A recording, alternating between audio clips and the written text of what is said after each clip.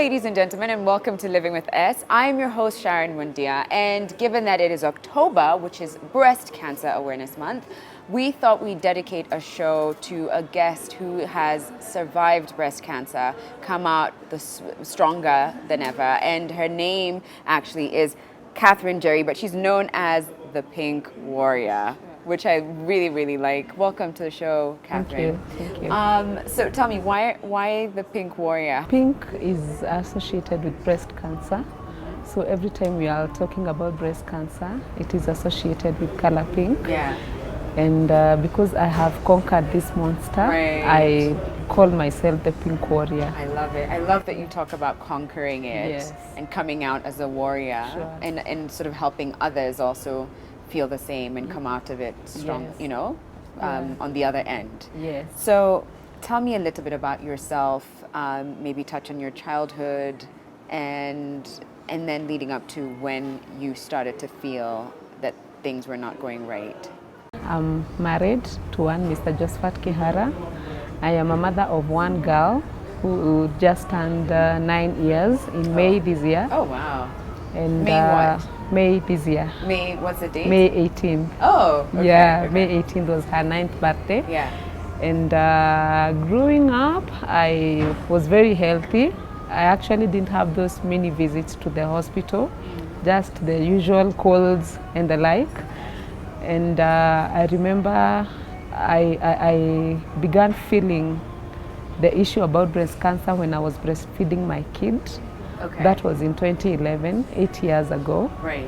It was around March. I was breastfeeding, and being a working mother, there was a lump that was on my breast lump, which I took to the hospital. Wait, sorry to take you back a little, but were there other symptoms? Were you feeling a certain way, or is it just a lump that you noticed? I wasn't feeling any other way. Yeah. The many signs that they talk about, the nipple retracting, Yeah. the change in the color, Right. the pain, there was nothing. But you felt a lump. Yes, to begin with, it wasn't actually a lump. Yeah. It was a firmness A that firmness. was in my left breast. Okay. And with time, it began getting harder and harder. Okay. So at around March, when I was breastfeeding my kid, I decided to go and see a doctor. How much time had passed between when you first thought, oh, that's odd, to when you decided to visit a doctor? So I got my baby in May, and the moment I realized, I think it should have been around February, because I lived with it for a whole month. Okay. And then in March, that is when I felt it is not going away and decided to go and see a doctor. Okay. So within a period of a month is when I can, like Yeah. say I felt there was some change Yeah. that was happening in my breast. Okay.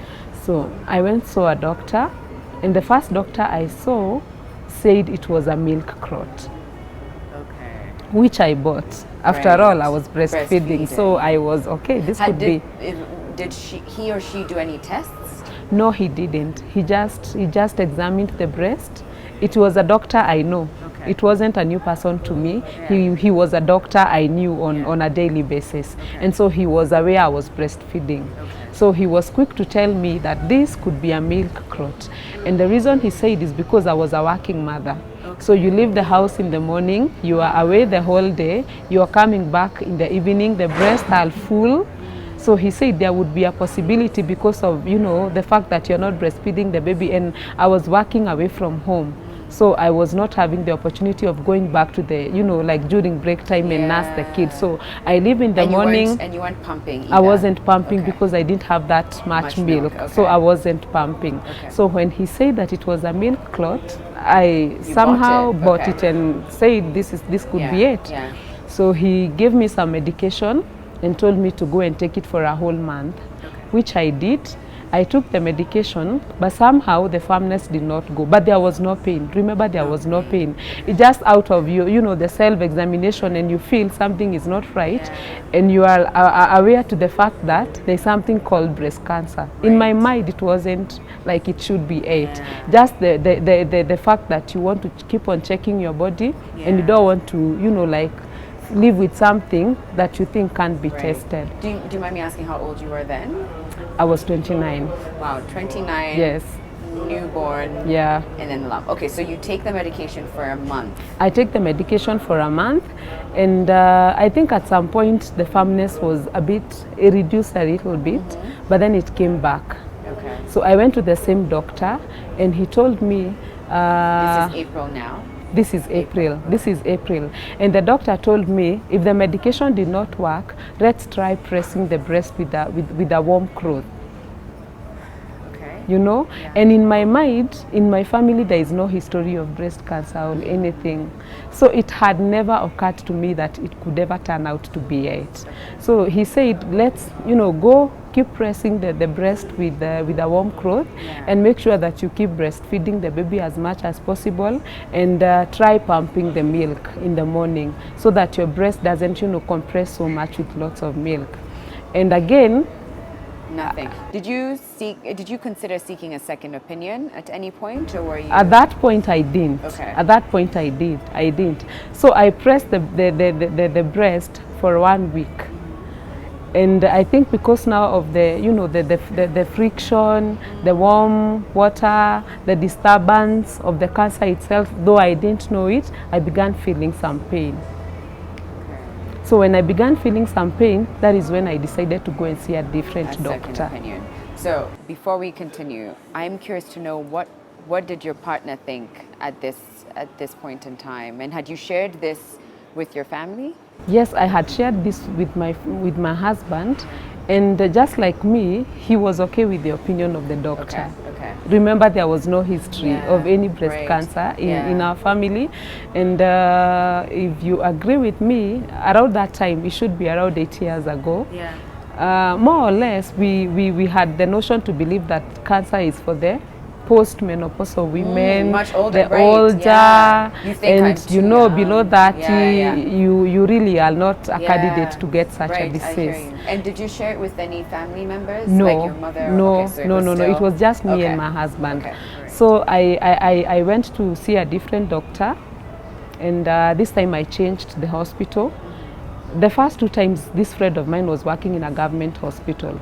So I'm seeing him in the government hospital. But when I decided to go and seek a different opinion, I went to a mission hospital, just within my home area, but it's a bit big.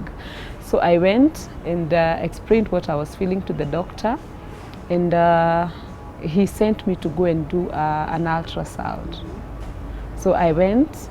It was actually on my way to work. I had taken an off day, so I decided to pass by the hospital, then go to work later in the day. So I went alone. I wasn't like thinking it is something very serious. There's not a single moment you thought, I wonder if this is cancer. Not not a single moment. Okay. So I was even going alone. So I went alone, did the scan, and the radiologist, he saw that it was cancer, but he did not tell me. But right now, after reading the results that I was given then, I understand. If I knew what cancer was, I would have known right then. Because the report said it was a malignant tumor. But then I read, but because I didn't have any medical background, and in my mind I wasn't thinking it could be something like that, he just didn't give it a lot of importance. So he said he did the ultrasound, and after the ultrasound he recommended I go and do a biopsy.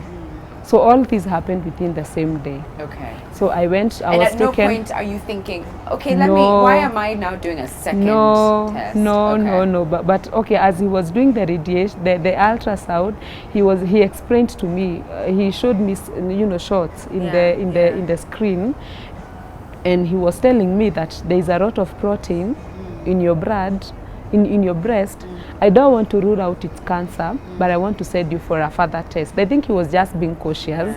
He doesn't want to break the news to me, like he wanted to be sure, because as they say, you do the ultrasound, and if you feel there is something that needs to be tested further, he should send you for another test. So he did. I went for the biopsy. I was taken to the theater. His recommendation was I do a biopsy. But when I was taken to the theater, the surgeon decided to remove the whole lump. So he cut my breast. Wait a second, what are we just like that? Pause, because I just don't understand how on a normal day you went from I'm just going to do a scan Yeah. to a doctor, and they do not tell you what's happening? They didn't. Is that even legal? Can they do that without telling you what's happening and explaining it to you? Things happen.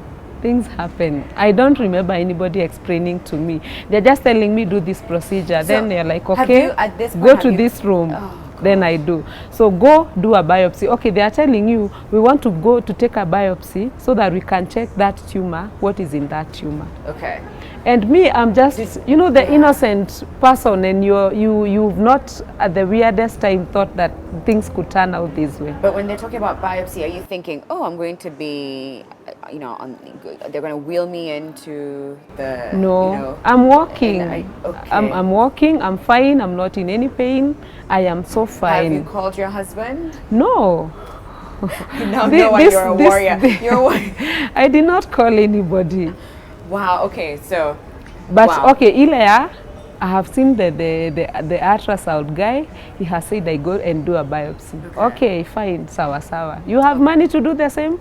Yes, I have. Fine, tutaongea baadaye. Okay. So I went to the theater, and I'm told I'm supposed to do a biopsy. Yeah.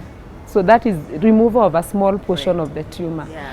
But the surgeon. Don't you go under for that? You're not awake as they do that, right? No, really. It didn't hit me. It has not hit me at this time. Okay, sorry. Okay, go on. So now the surgeon does what? Yeah, the surgeon, instead of taking the small piece of meat from the lump, Yeah. he decides to cut the whole breast and remove the whole lump. But this bit of information I know after I wake up. After the surgery is when I know my breast was like walikata wakatoa lump yote. But then there is nothing you can do. What did you feel though at that point in time? What were you feeling? Okay, just the normal feeling after a minor surgery, nothing much. No, but were you shocked? Did you have questions? Were you like trying to get answers? Were you angry? Were you relieved? I don't remember getting angry. Catherine. You know, I was just, it had never occurred to me that can be this disease. Me, I'm just And you still don't think this, it's cancer? this will turn out as a milk clot or a fatty tissue or something, but not cancer. So even after you've gone through that, there's not a part of you that No, thinks... not at all. Not right. at all. Okay, so then what happens So now? I go home and begin nursing the wound, and I'm still working. I can't... So innocently. Wait a second. You left the hospital and no one told you what we had to take out was something that We are thought testing. was, No. yeah, something Nobody might be told me cancerous. that. No, no one. You haven't heard it all. This isn't it? No, this is not it. I'm not sure I can even take more, but I think we have to take a break soon. So we're going to take a break. When we come back, we'll hear more from the Pink Warrior. I mean, you haven't even finished your story, but I'm just like, power to you. Catherine, the Pink Warrior, just demonstrated why exactly she should be the pink superhero, the pink superwoman, pink warrior for just your patience. Having undergone a biopsy and not even knowing why it was happening. But right now we're joined by Dr. Miriam Mutebi, who's a surgical oncologist at Aga Khan University Hospital. Welcome. Thank you. So I have to ask you, Dr. Miriam, is it common for hospitals or for doctors to not inform their patients whenever they're conducting a biopsy that they have in fact seen a malignant tumor and explain it to their patients the way that Catherine underwent biopsy and everything and had no idea. All this time she still thought it was it's probably a milk clot. Yeah. I mean, that ideally shouldn't happen because even as part, and I'm sorry you sort of had to go through that experience, it sounds quite traumatizing because I mean it's very bewildering what's going on. Usually what happens is once you have a lump, ideally what happens is we do what we call a triple assessment, which is we do the clinical breast exam, we confirm that there's a lump, and after that we usually do some form of imaging. And based on the imaging, we already have a sense of what the lump is looking like. Yeah. There's a we have a different sort of scoring system for breast lumps. Right. And so once it gets a high score, the kind of difference between this and school is that the higher you score on that particular assessment for the investigation, the worse you're doing. So a higher score means we're a little more worried that this might be a cancer. And so we would recommend a biopsy because, again, not 9 out of 10 breast lumps are not a cancer. And it's also important to let the patients know that it's not something to worry about. But by this if it is, by the time you've done your imaging, then you have a sense of what's happening. And we would usually communicate and say, listen, this is what's going on. We think this might be suspicious. We need to do a biopsy. And then you subsequently do the biopsy, and the biopsy then confirms the results. But even before we take a biopsy, we have to take what we call an informed consent, which is your permission in order to do the procedure. So we would have to explain, this is what we're thinking, this is why we're doing it, and this is what we think the results will be. But again, we would only get final confirmation once we have the final tissue results. So ideally, that's what should happen. And I'm sorry that actually happened, that somebody dropped the ball somewhere. But I'm glad, ideally, that's how the process runs. Yes. I'm glad you're here to set the record straight, that you should not be going into a biopsy without understanding why and asking your doctor. And if ever there's a time and place to be asking why are we doing this, it is in that moment, right, to feel that it's okay to ask. But let's continue with your story, Catherine. So you've done the biopsy. Instead of taking a sample, they've taken the whole lump out. So you're being just told to nurse, but still you don't know what it is that they've discovered or anything. So what happens at this point? That particular hospital did not have the capacity to perform the biopsy themselves. So they sent it to a different hospital. So I was told to come and correct the results after 2 weeks. So after 2 weeks, I remember I came, it was I think on a Monday also.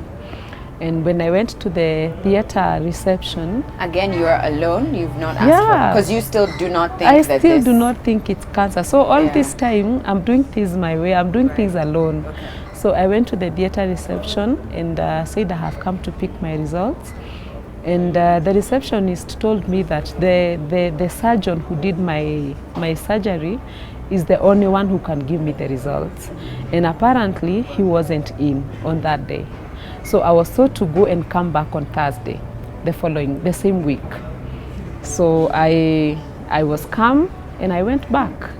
I went to the office, worked normally, and then I waited for Thursday. Thursday came, I came, and again I went to the reception and I said I have come to pick my results. And this lady told me once again that, Madam, I'm sorry, again the doctor is not in today. And he is the only one who can give you the results. So this time I was not calm. I told her, they are my results. Are they within the promises? Ama ziko na daktari? He said, the results are here, but the doctor is the one who is supposed to give you. So, and then I asked her, why should it be the doctor? Kwani, how are the results? And I told her, this time, I'm not leaving without my results. So whoever is in, let them give me my results. So she went and she came with an envelope. I remember very well. I'll never forget what happened. She came with an envelope and called me. Now, past the reception, she told me to get in. I think into the inner reception of the theater. So I got in and took a seat. So she came with the results and came with an envelope. And these are the words she said. Shika results zako, uko na cancer, utajua vile utafanya. Just like that. Wow. That is how I got to know that I had cancer. Wow. That is how I got. It was not a doctor. It was not what do we call them? A psychologist. It was the receptionist at the theater. Here are your results. You have cancer, utajua vile utafanya. Wow. And there's, so what are you thinking at that point in time? So at that time I just broke. I began screaming all over. Remember, this had not occurred to me that it could be cancer, and then this is how you are told. Na sio homa ama malaria. You know, you have cancer, utajua vile utafanya. So I began screaming all over and running up and down in the hospital. And within a very short time, they called someone to come and talk to me. And I remember that gentleman tried, really tried to calm me down, but I couldn't.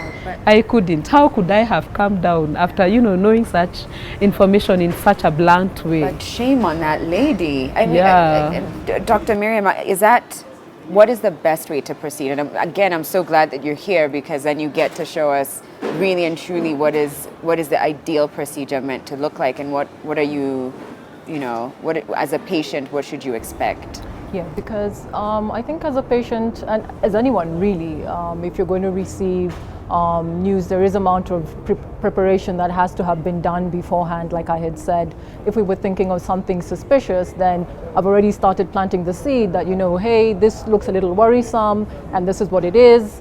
And again, also not, even when giving you what I think it might be, also giving you a sense of perspective. Because again, sometimes our understanding of cancers, for instance, as clinicians is entirely different from what the public might perceive. For instance, people hear cancer and they automatically think death, right? Whereas we know when picked up early, treated appropriately, breast cancer is just another chronic illness like malaria, diabetes, hypertension. I mean, not malaria, but diabetes, hypertension, and people actually live and survive, live with their cancers rather than die from their cancers. But it's important to sort of start to have that conversation upfront. Say, listen, we think it might be suspicious, but chances are, if we picked it up early, we have a very good chance of not only treating it, but potentially curing it. And I think the message that should go out, even at that stage, is that it is treatable, right? Irrespective of, sometimes we talk about stages of cancer and you say maybe you have earlier cancers and later cancers.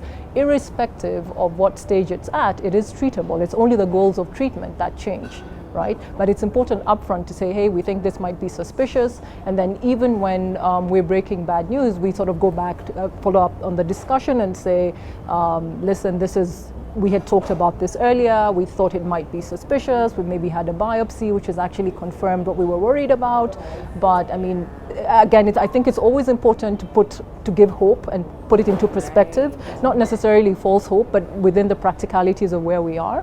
Because for most people, what happens is that they do have a breast cancer that's caught fairly early, and it is actually not only treatable but curative. But if I don't tell you that, then I just think, here's my death sentence. Exactly. Right. And then even with very advanced, or what they call metastatic cancers that have spread to other areas, you're actually able, with modern treatments, to actually control the disease. So it's not that you have cancer, you're unfortunately it's right. the end. So, but unless you put that into perspective and reiterate, and again, it's also a matter of sensitivity, because again, I know, for instance, that if I tell you you have cancer, the conversation stops. Sure. Like everything else I'm saying after that is just going to be flying over your head, because you're just still trying to process.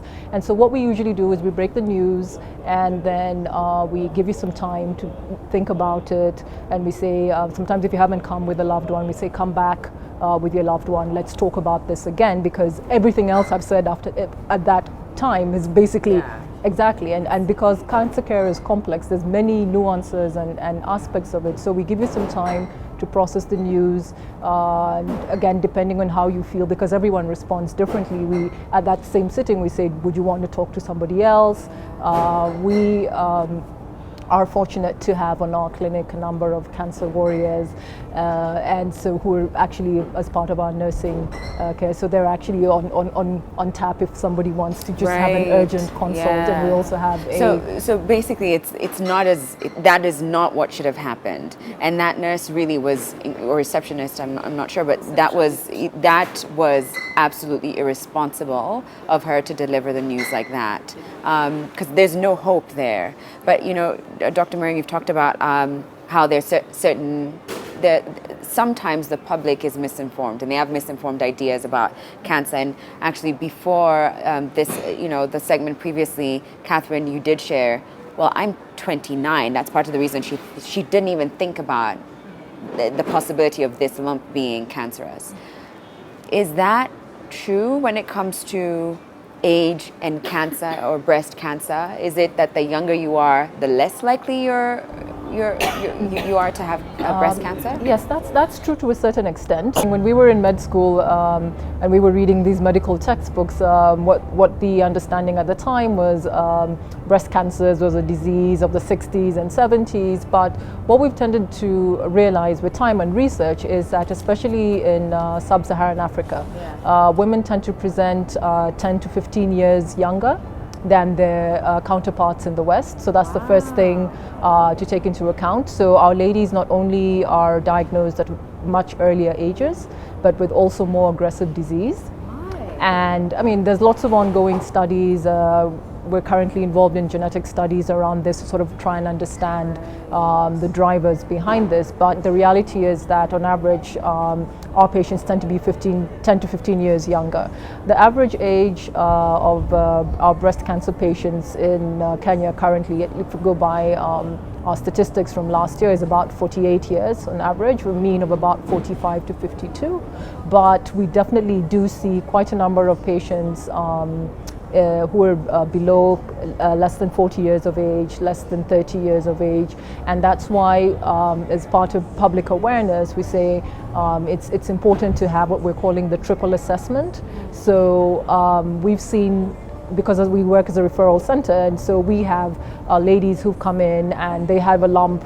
Somebody went in and just did an operation because they thought there's no way it could be a cancer. And that's why we're saying even before you have any surgery, it's important to have imaging to actually look at what does the lump look like. Is it worrisome? And again, even in addition to the imaging, you do need to have what you call a tissue biopsy.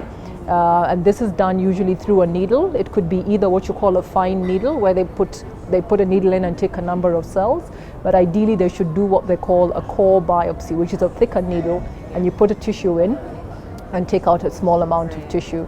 And the reason it's important to do that is because from a surgical perspective, the surgery that you do for a normal lump, for instance, again, not all normal lumps require surgery, but if you are going to do a surgery for a normal lump, it's very different from a surgery that you're going to do for a cancer.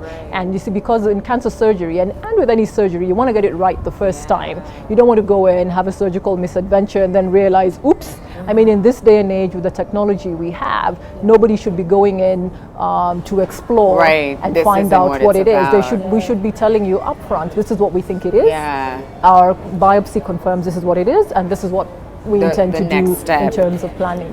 So I'm curious, what's the youngest age? And I know we have to go on break, which we'll do just in a minute. But what's the youngest age you've ever seen coming into your practice with breast cancer? With breast cancer, 26 years. Wow. 26 years. Wow. So if you feel something, if you start to think that something is off, go to a physician, find someone. And if you're getting one kind of news and you're still unsure, but it's still there, seek a second opinion. Some facts here, and that is, out of approximately 6,000 women diagnosed with breast cancer each year in this country, about half of them will die. Have you seen that to be true in your practice, Dr. Miriam? Unfortunately, that's the current reality on the ground. Whereas we were talking earlier about breast cancers, say in developed countries, where you find that 90% of women survive their cancers, that equation is a little, unfortunately, reversed in many countries in sub-Saharan Africa like ours. Now, in sort of what happens is, unfortunately, quite a number of our ladies are diagnosed with advanced cancers. And not only are they diagnosed with advanced cancers, they don't complete their treatment. And if we sort of do a deeper dive into the reasons behind that, because my other hat is I'm a clinical researcher, and my interest is in understanding the barriers to access for women who have cancers in our region, you find it's almost like a constellation or an interplay of quite a number of factors, but we can broadly sort of categorize them into financial factors, patient-related factors, and system-related factors. If we look and health system factors. So the financial factors come down to the fact that patients frequently have to pay out of pocket to access healthcare. And it can be expensive. Exactly. Catherine, exactly. Would you know how much you've spent over the years to for in terms of Over the years, I've hit almost 3M now. 3 million? Yes. Wow. So it's not a No, it isn't it's not cheap. like You over know, the counter cheap. chemist, Yeah, let me not get some cheap. medication. And it's Okay. one of those things that actually causes what you call catastrophic health expenditure, where you suddenly you basically go from being able to support yourself to being having to rely on people for others. donations and that kind of thing, and that can be devastating for families, because then you may have sold everything to try and get to the next stage of treatment. So we have patients who sometimes, like with chemotherapy for instance, you require 6 cycles, and it needs to be every 3 weeks, and you have maybe some patient coming for the first cycle and they disappear for like 6 months, and they come back excited, like, I've just gotten enough money for the next cycle, but that's not how it works.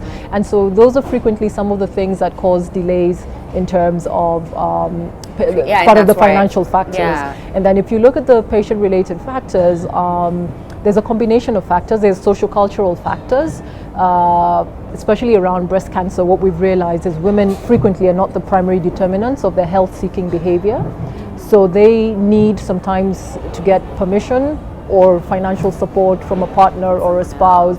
And then even once they have the diagnosis of breast cancer, it's not, the lady doesn't have agency over her own body. There is what we call collectivism, where we as a community, and it's great that we have a strong sense of community in the African culture, and it's what makes us uniquely African, but sometimes it can be detrimental in the sense where you don't have agency over your own body. We as a clan will decide on what the treatment is. For you. Exactly. Right. And so sometimes we have patients who we've sort of communicated, this is what the news is, this is what the plan is, and the clan says, no, we have a difference of opinion. We think that maybe we need to go down the road and maybe get some miti shamba rather than get that kind of thing. And so that also contributes as well to the delays. Exactly. Catherine, what was your experience with your family? Did you find that you got the support that you needed? 100%. Oh, bless. Yeah, they really supported me, and everybody was, channeled their energy to ensure that I was getting the best that I could at the moment. On that issue, I cannot complain. Wow. They've really been supportive until now. Yeah. In fact, during the break, you were saying how your uncle even was like, "We're gonna sue them," and you were the one who was like, "No, calm down. I don't need the added baggage." Yeah. And so I can see, obviously, they were rallying behind you. They were. And the third factor. And I think the key, sometimes, in sort of enhancing that discussion and support is around just education, just the patient, but also the broader family, and that's why we encourage them to come with who they think is close to them, so that and they that are kind part of of thing. this Because process. part of our research showed, one, there's still a lot of stigma around breast cancer, so people don't want to say that they have a lump or whatever, so that would delay their treatment. But what was actually more shocking to us was the family disintegration around the breast cancer. So whereas we have patients who have 100% support from their family, from their partners, and everyone sort of geared towards making them ensure that they complete their treatment. We have patients who go home and you say, "Honey, I have a cancer," and they tell you, "Honey, there's the door, don't let it hit you." And so we say that telling a woman sometimes in sub-Saharan Africa that you have breast cancer is not just you have a cancer, it's you have a cancer, you could lose your family, you could lose your financial support. So there are all these other nuances that we actually need to address. Yeah, you might have to have is it a mastectomy? Yeah, a mastectomy, lose so your you've been breast. trying to think Exactly. about what does that mean for Exactly. me? Exactly. Catherine, what were the treatment options that you sought out after you got your diagnosis? I began with mastectomy, then did chemotherapy, and then I did radiotherapy, and it was followed by hormonal therapy, which is a tablet that you take every other day. Yeah. How did this journey, I can only imagine what it did to you physically, but how did it affect you mentally, psychologically? And how were you able to sort of, maintain this warrior attitude? In the beginning, it was tough. As the doc had said, those days, cancer diagnosis was a death sentence. And or at least it felt in fact, like it. I remember the very few people I told immediately after I got the news, the very people who were close to me, I was calling them and telling them, "Hi, how are you? I'm fine." And I was telling them, "Do you know what? I have cancer, I am dying." Just like that. I think the way I received the information in such a blunt way is, it hit me that this is my end. my end has come, and I need to tell those people who are very close to me. So I was calling them and telling them, you know what, I have cancer, I am dying. And I can remember for the very first 2 weeks, it was really tough. I was crying all the time. During the day and night, I was barely sleeping. And remember, this time, I think my girl was 1 year, 1 month also. So I have a small kid to take care of who doesn't understand what is happening in the family. She requires their attention. As far as she knows, she just knows mommy needs to. I have a young family. I think I got diagnosed when I was barely 2 years into marriage. So I have a young family. I have a little baby to take care of. She requires my attention. I have some information I don't know how to handle. So it was really, really tough for me, But now when I began the journey, the treatment journey, I began, as Dr. had said, I began meeting with other ladies along the way who are going through the treatment. And I remember one particular lady who I met it should have been my second chemo. And she told me that that was her 18th year of survival. And I was like, what? 18 years? And then I just told myself, I'm going to live more than her. Oh, wow. And I began encouraging myself and telling, I'm a believer, and telling God, if you have done it for this one person I have seen, I don't need to see 2 or 3 more people. I have seen one who've been with this cancer for 18 years, and I'm walking that road. Wow. I'm not walking the road of being defeated or dying. I am walking this road. And from that moment, I began encouraging myself. Of course, there have been many times when you feel down. Cancer is something that you live with every other day. It doesn't get off your mind. The way you have a project and you push it to completion and you begin another one. With cancer, it is a project that lives with you day in, day out. So there are times you will be like, you are up, you're bubbly, you're celebrating, life is good. But there are times a voice will remind you at the back of your mind, wewe furahia tu, lakini unakumbuka, do you remember?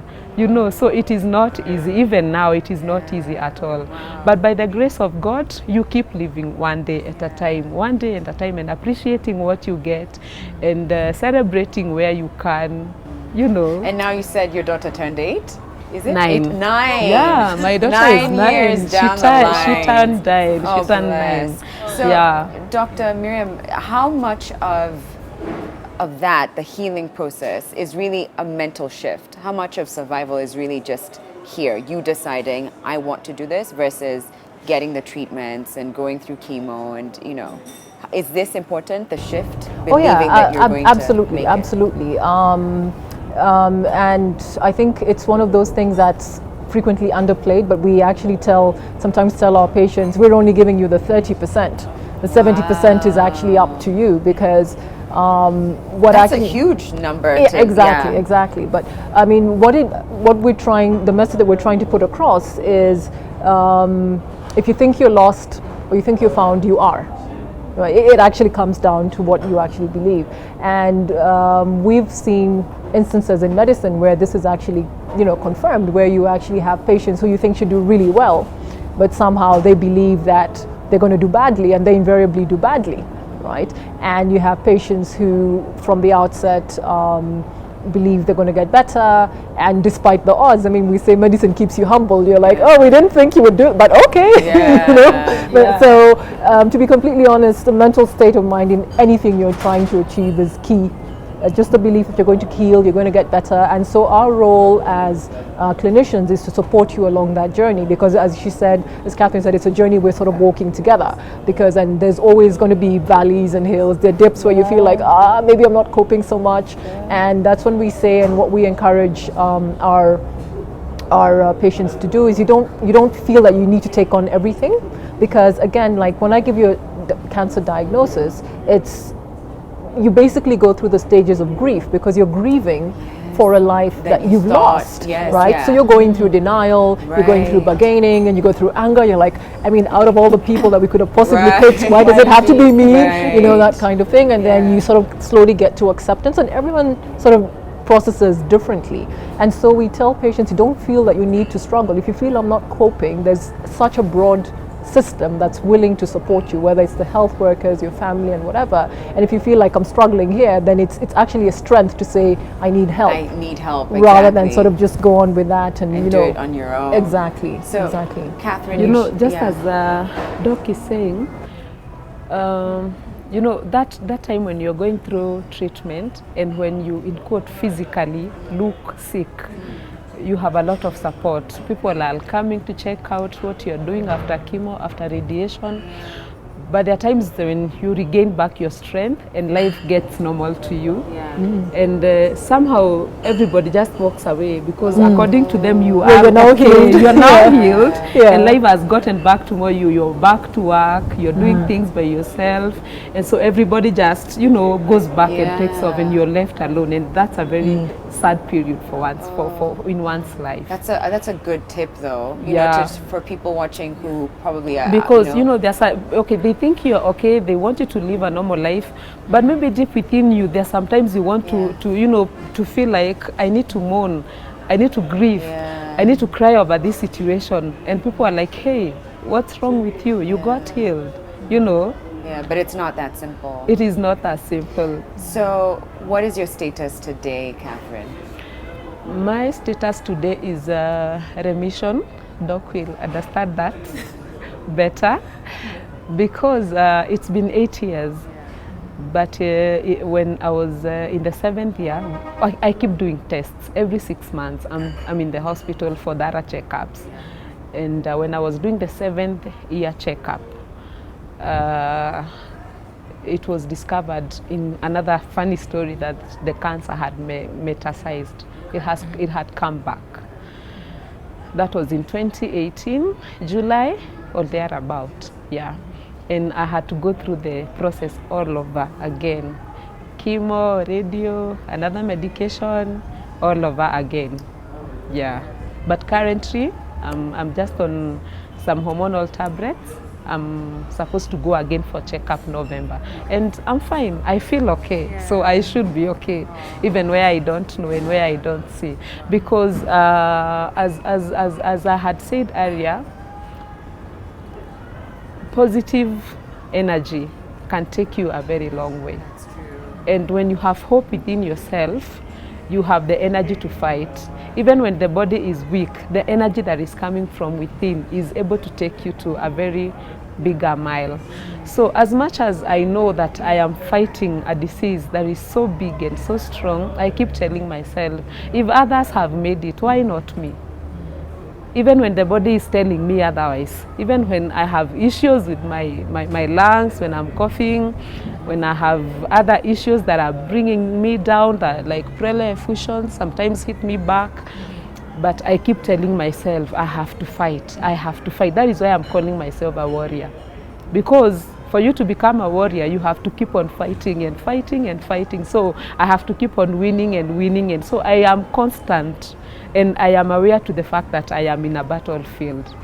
So every day for me is a day to fight. Every morning I wake up, I thank God. I'm like, God, thank you for this day. Give me the energy to fight. Wow. In the evening, I'm like, God, thank you. This day has ended. No eventualities, no drama, no issues with my health. I thank you, God, and I'm ready for tomorrow if you give me the opportunity to be there tomorrow. So I live each day at a time. Wow. Yeah. I was going to ask you as a last question, what would you say to, you know, a woman who's received this news? But I think what you've just shared just now sums this show up so beautifully. Yeah. Thank you so much, and keep welcome. fighting, and you know, showing up as a warrior, because I know there's someone who's going to hear your story and think, if she's doing 8 years, I'm going to do it too. Actually, that now is what sort of I'm currently doing, not in the public or so to say, but anytime I get to hear of somebody who is going through, not necessarily cancer, a challenge, a health challenge, a life challenge, any challenge that, you know, in the eyes of a person looks as if it is just come to bring you down or, you know, edge your life. I'm like, quick, I must run to go and tell them, hey, simama, encourage yourself. There is more to life than what you are going through. So I've been talking to ladies who are, they've been diagnosed, they are sick, they are having issues.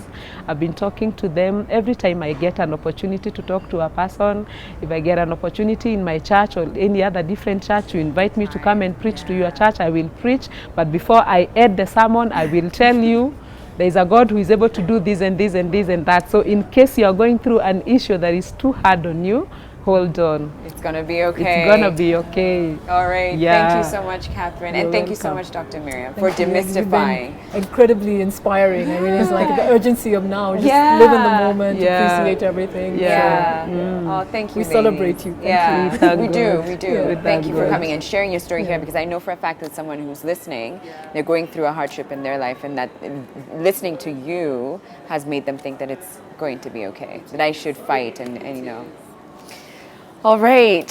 Thank you. Thank you. Thank you. You're welcome. You're And thank welcome. you for watching as well. Remember, if you haven't yet been checked this year, then this is the time, right? As Breast Cancer Awareness Month, just go in, go for a checkup, and just make sure that everything is good. And if you do feel that something is off, if you felt it for yourself, then you might as well just go and seek out medical opinion on that.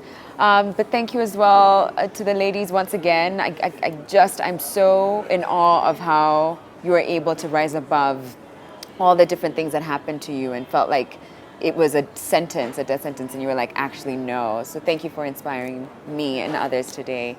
We'll be back tomorrow, 8 a.m. sharp. But for now, have a great rest of the day, everybody. Bye.